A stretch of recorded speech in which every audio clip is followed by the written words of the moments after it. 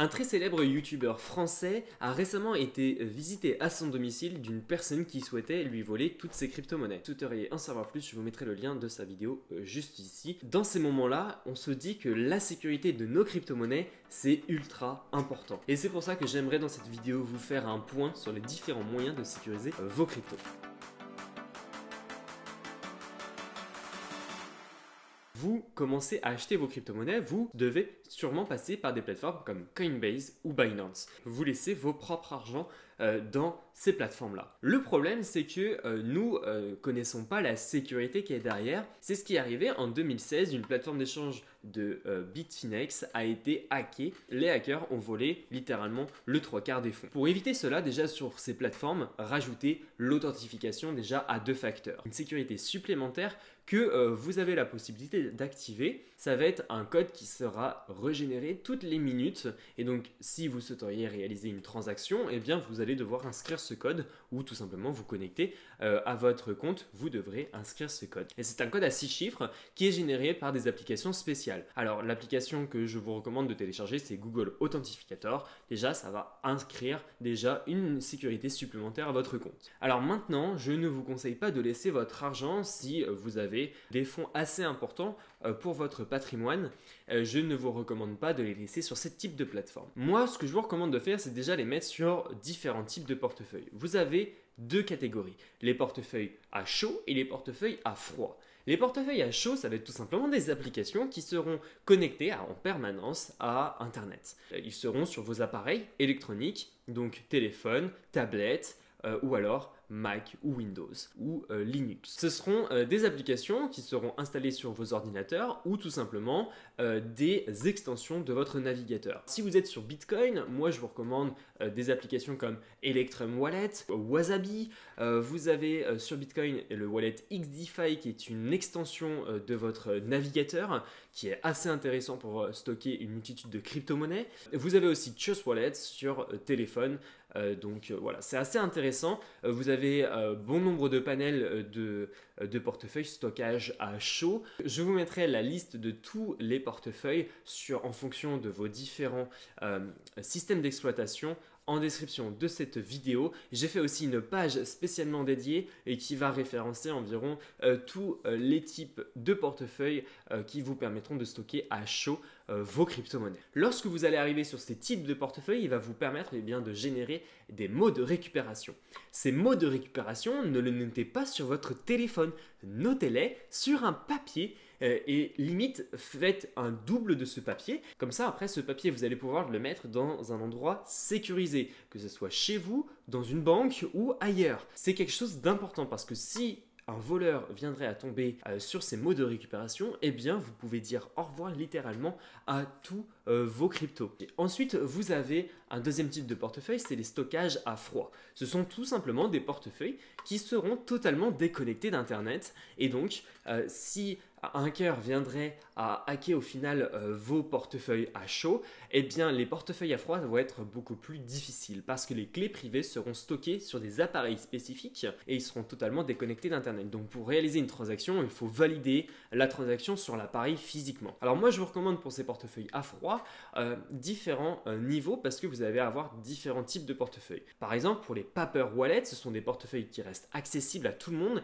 qui sont relativement gratuits et où on peut en générer une multitude de portefeuilles sur Internet. Cependant, les sites Internet qui génèrent ces types de portefeuilles peuvent avoir des sécurités négligées et ils peuvent donc être compromis. Je vous mettrai en lien dans la description de cette vidéo les Paper Wallet qui sont pour moi les sites les plus sécurisants, mais faites vos propres recherches derrière ces sites web. Si vous êtes intéressé par cette solution, faites attention. Téléchargez la page du site internet sur votre ordinateur, déconnectez-vous d'internet au cas où aucun hacker puisse voir ce que vous faites sur votre ordinateur et ensuite générez votre Paper Wallet, imprimez-le en USB de votre ordinateur vers votre imprimante et ensuite imprimez votre Paper Wallet, supprimez le fichier PDF et supprimez directement le site aussi que vous avez téléchargé. Si vous souhaiteriez monter en gamme de portefeuilles de stockage à froid, moi je vous recommande d'avoir des portefeuilles de clés physiques comme cette Ledger Nano X ou cette clé Ledger Nano S qui sont tout simplement des portefeuilles qui vont stocker vos clés privées. Dans ces appareils, vous allez avoir des clés privées en fonction des crypto-monnaies que vous allez stocker dessus. Pour de l'entrée de gamme, les Ledger Nano S sont relativement accessibles. On est aux alentours des 49 € par clé. Par contre, la clé n'aura pas beaucoup d'espace de stockage, donc vous serez limité en réseau que vous installerez dessus. Par contre, si vous êtes un adepte de la finance décentralisée et que vous allez tâtonner un petit peu plusieurs réseaux, moi je vous recommande la Ledger Nano X qui, elle, va nous permettre d'avoir un accès plus simplifié et un espace de stockage plus important que la Nano S. Bien évidemment, j'ai fait un tuto pas à pas sur la S et sur la X sur ma chaîne YouTube, donc je vous mettrai les liens en description de cette vidéo ou sur le petit i juste au-dessus. Si vous souhaiteriez avoir une alternative un peu plus sécurisée et beaucoup moins chère que les paper wallets, mais que vous ne souhaiteriez pas aller sur des clés comme je vous ai montré, vous avez la possibilité d'acheter des billets de banque Bitcoin qui sont créés par la société EasyNote. Alors, je vous ferai bien évidemment une vidéo spécialement dédiée sur ces types de portefeuilles. Tout simplement, en fait, vous allez flasher le QR code qui sera sur le papier pour déposer des Bitcoins ou d'autres cryptos. Vous allez pouvoir retirer ici une attache pour accéder aux clés privées de ce QR code pour retirer vos crypto-monnaies. Ça peut être une alternative tout aussi intéressante que d'autres portefeuilles. Si vous souhaiteriez émettre une sécurité encore supplémentaire sur vos portefeuilles à chaud ou à froid, vous avez la possibilité de créer des adresses qui vont avoir des adresses de multisignature. Alors qu'est-ce que c'est que ça? Ça sera tout simplement des adresses Bitcoin ou Ethereum ou compatibles Ethereum, où lorsque vous allez réaliser une transaction via ces adresses, vous allez avoir besoin d'une autorisation de plusieurs portefeuilles pour la réalisation de cette transaction. Si vous êtes une famille et que votre enfant possède un portefeuille Bitcoin et que cet enfant a ce portefeuille Bitcoin sur son téléphone et que vous souhaiteriez avoir, vous en tant que parent, la main mise sur ce portefeuille, l'enfant ne pourra réaliser que des transactions si les parents valident sur leur téléphone la transaction via l'application. Donc ça, c'est vraiment intéressant. C'est un exemple, je sais très bien qu'à l'heure actuelle, des portefeuilles Bitcoin pour enfants, c'est un peu early, mais ça peut arriver, je pense, dans les prochaines années. Je vous mettrai bien évidemment le lien des portefeuilles qui vous permettront de réaliser des multisignatures en description de cette vidéo. Il y en a beaucoup sur Bitcoin et il y en a aussi sur le réseau Ethereum ou réseau compatible avec Ethereum. Je vous ferai, je pense, un tuto spécialement dédié à Gnosy App.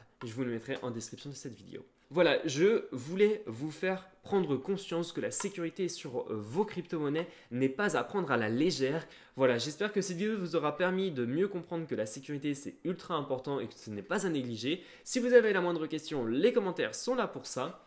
N'hésitez pas à me dire ce que vous en pensez de cette vidéo ou si vous souhaiteriez avoir un tuto spécialement dédié sur telle ou telle application. Si maintenant vous souhaiteriez acheter vos premiers bitcoins en automatique et générer 6% d'intérêt à l'année sans que vous ne fassiez quoi que ce soit, je vous mettrai ma vidéo sur comment acheter du bitcoin ici sur le petit i. N'hésitez pas à la liker, à la partager et puis on se retrouve à la prochaine dans une nouvelle vidéo. Allez, ciao ciao!